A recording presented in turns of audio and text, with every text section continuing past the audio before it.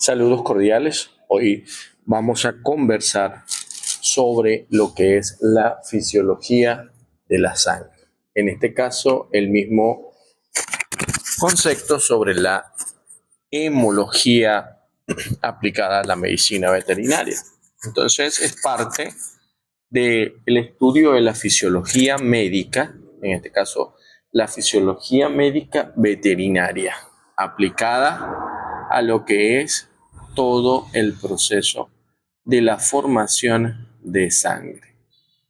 En este sentido, tenemos que considerar que la hematología es una especialidad médica centrada en el estudio, básicamente, de todo el tejido sanguíneo, inclusive aplicado a la prevención y tratamiento de enfermedades o aquellas alteraciones del tejido sanguíneo, pero que también pueden afectar a órganos que participan o que hacen sinergia en ese sistema sanguíneo. Es decir, vamos a hablar de los que participan en su control, en su purificación y en el caso de la producción de las células sanguíneas. Entonces, consideramos a la sangre como el único tejido líquido especializado, un tejido conectivo especializado, un tejido líquido que circula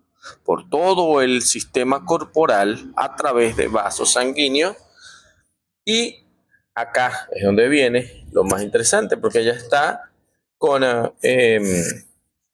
unos componentes y que las vamos a considerar como lo que sería la parte de la sangre. La parte de la sangre tenemos entonces una parte totalmente líquida o una parte no forme. En este caso tenemos que hablar sobre el plasma.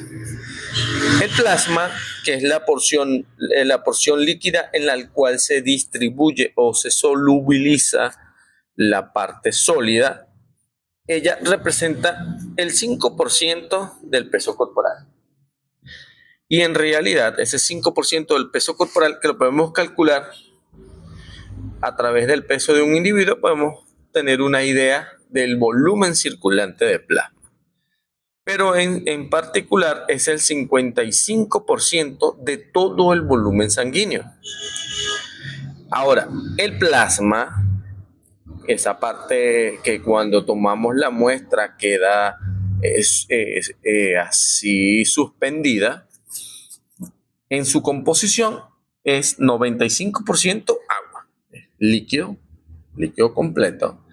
Y luego esa agua va a estar diluyendo o en solución, en este caso, digamos, en una solución suspensión. Después vamos a hablar sobre el tipo de mezcla que existe allí, pero representa el 95% agua y el otro 5%, vamos a llamarlo los solutos, por eso les hablaba de la solución.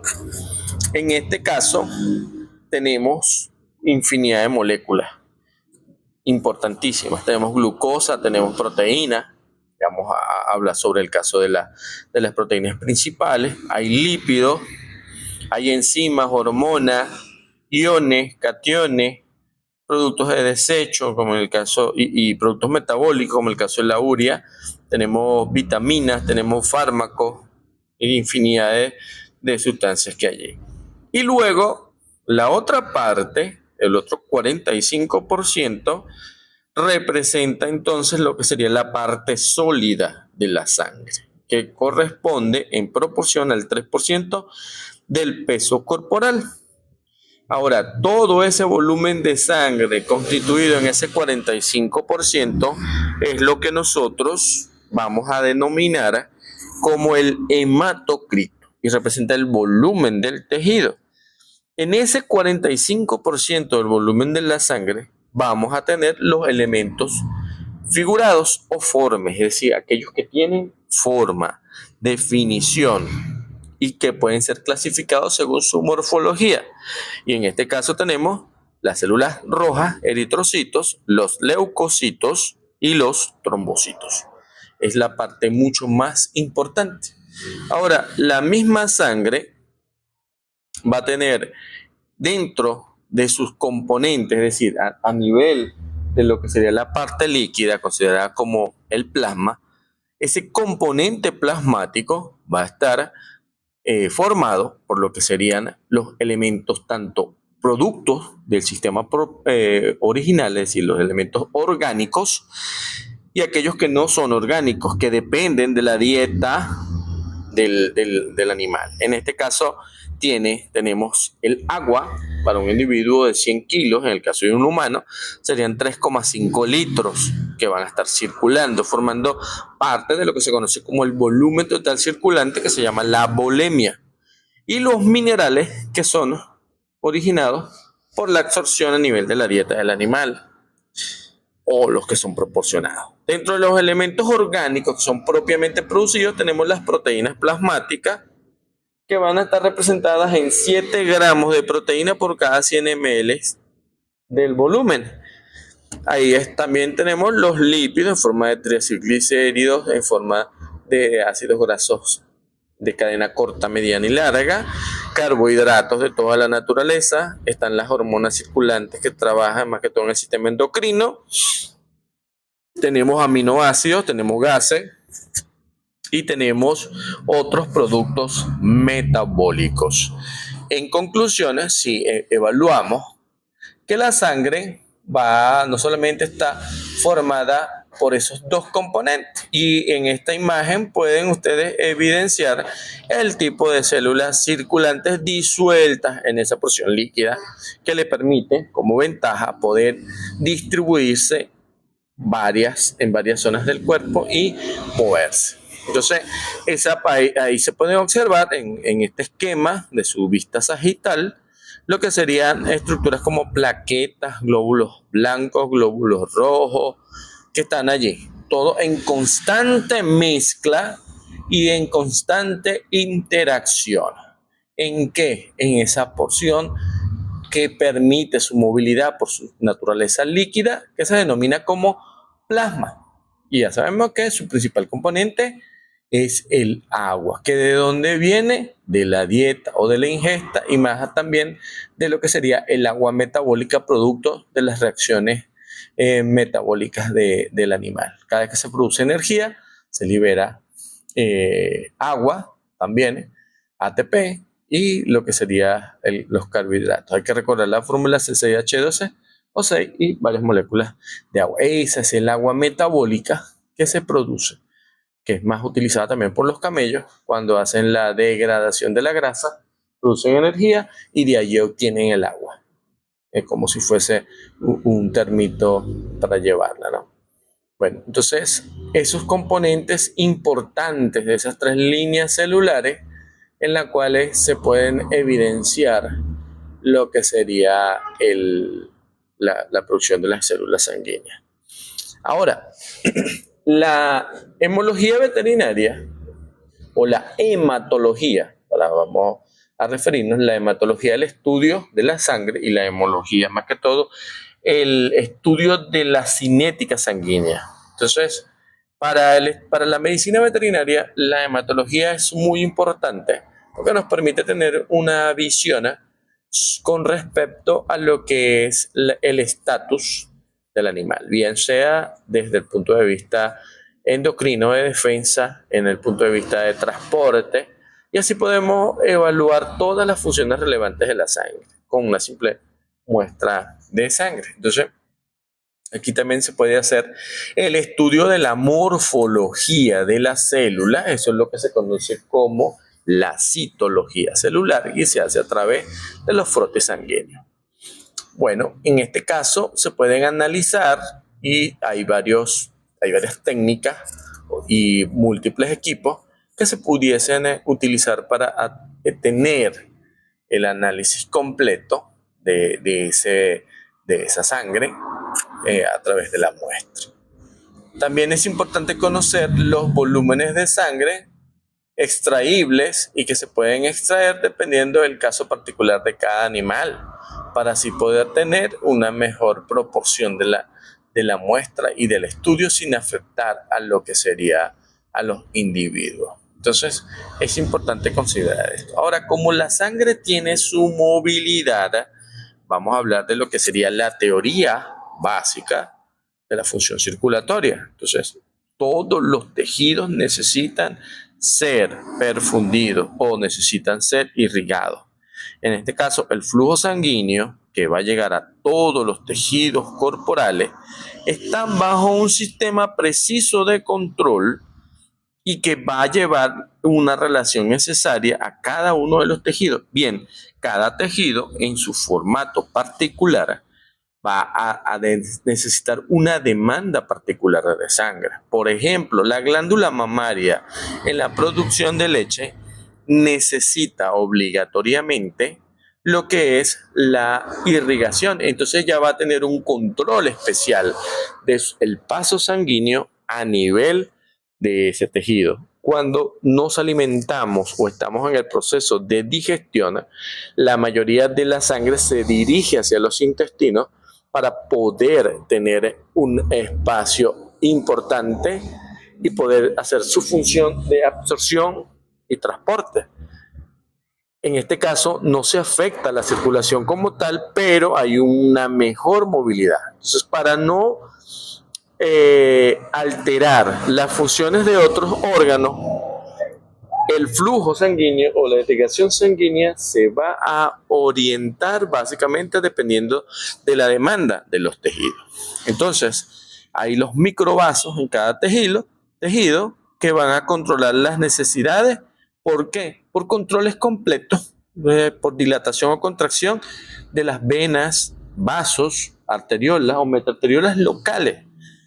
Ese proceso de control propio, indiferente a la propulsión mayor originada por el corazón, es lo que se conoce como la hemodinamia, la microcirculación. Entonces, esa función es importante. ¿Por qué? Porque la función básica de la propulsión de este tejido sanguíneo o de la movilidad, de la cinética de este tejido, está asociada al corazón, el corazón como una bomba.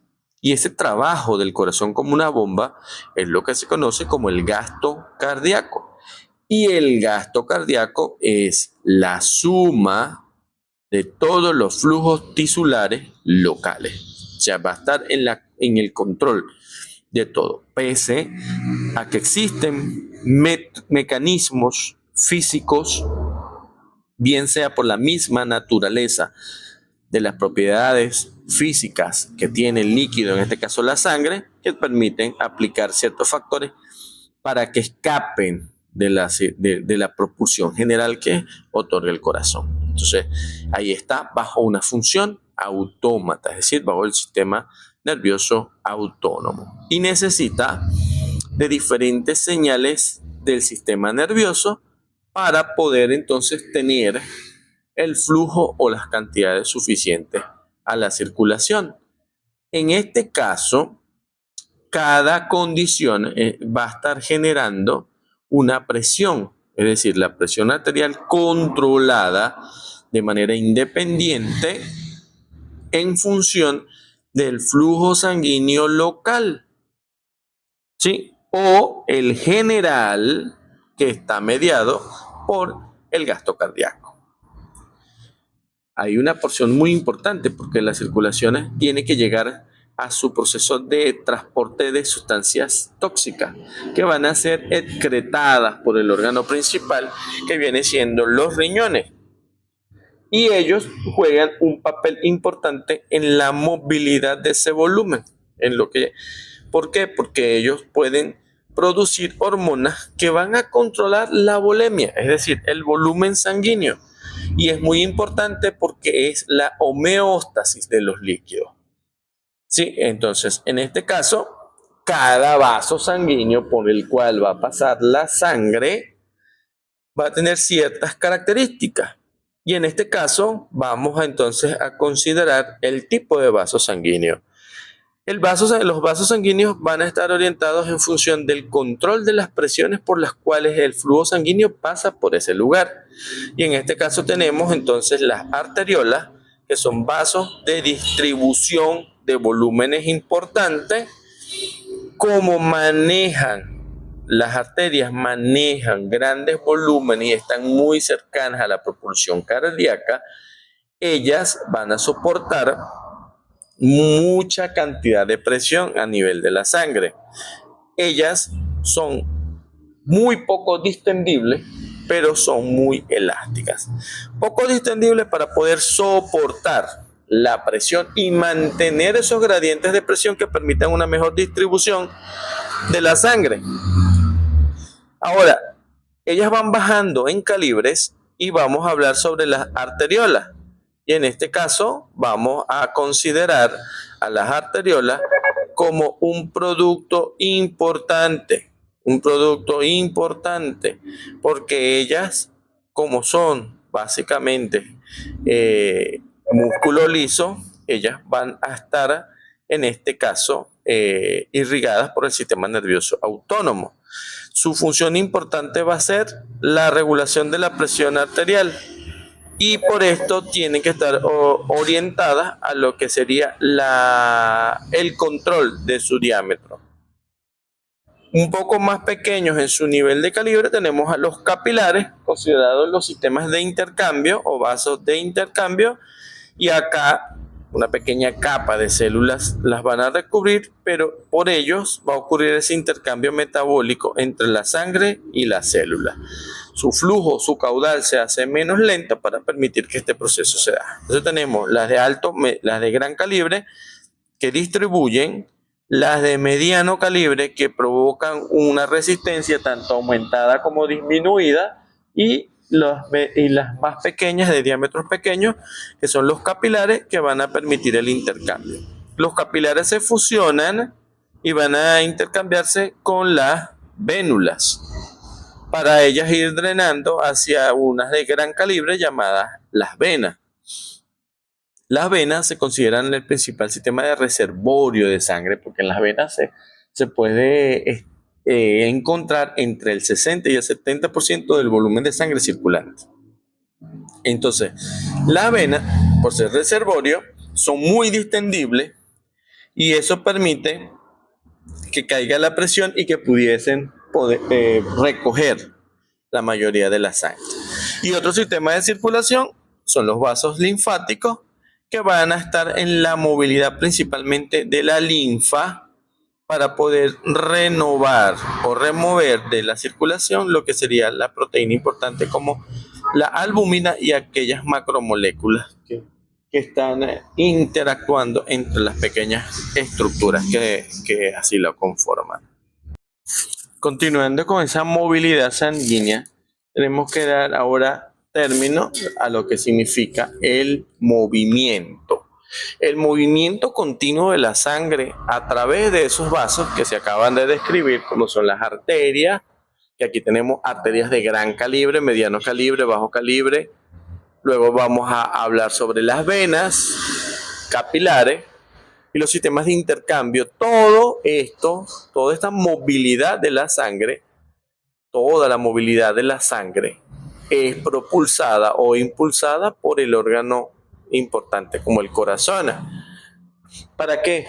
Para hacer el transporte del oxígeno, la remoción del CO2, el transporte de nutrientes y la eliminación de los desechos.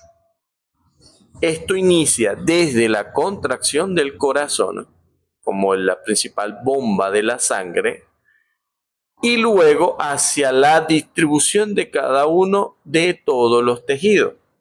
A esa movilidad continua se denomina flujo sanguíneo. Y ese flujo sanguíneo también lo podemos definir como la cantidad de sangre que pasa por un punto determinado, en un proceso determinado, en un tiempo determinado, dado en la circulación. Ahora, ¿qué función me da? ¿O cuál es la importancia del flujo sanguíneo? La principal importancia para el flujo de sangre es el transporte de sustancias, es decir, la oxigenación y la eliminación del CO2 o de los procesos de desecho, y la eliminación de todas las sustancias de desecho. Eso es determinante. Por ejemplo, en la producción de leche, en el momento de la lactación, de la lactogénesis y de la lactopoiesis, se necesita una mayor concentración de sangre. Por eso es que vemos esa glándula mamaria edematizada, con unas venas y arterias de alto calibre, porque la mayor concentración de sangre está en ese punto. Ajá. El flujo sanguíneo va a estar expresado por mililitros de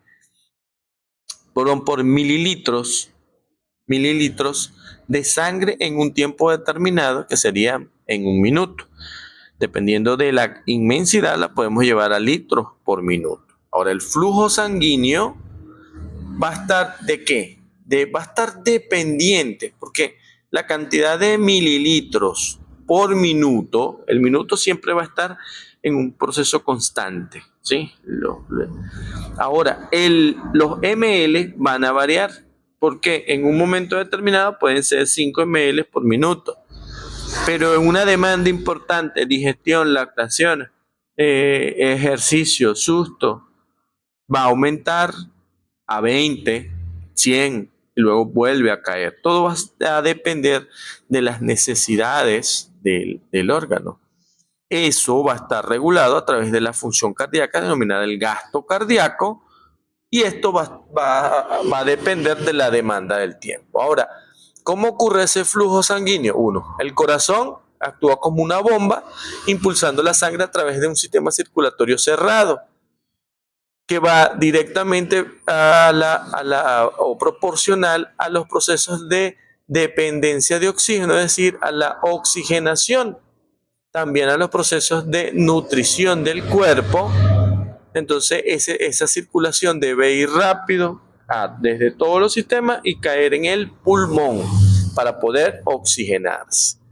La circulación de retorno, en donde esa sangre va a regresar al corazón para volverse nuevamente al resto del cuerpo. Y en un cuarto proceso, el más relevante, los vasos sanguíneos, porque la sangre fluye desde las arterias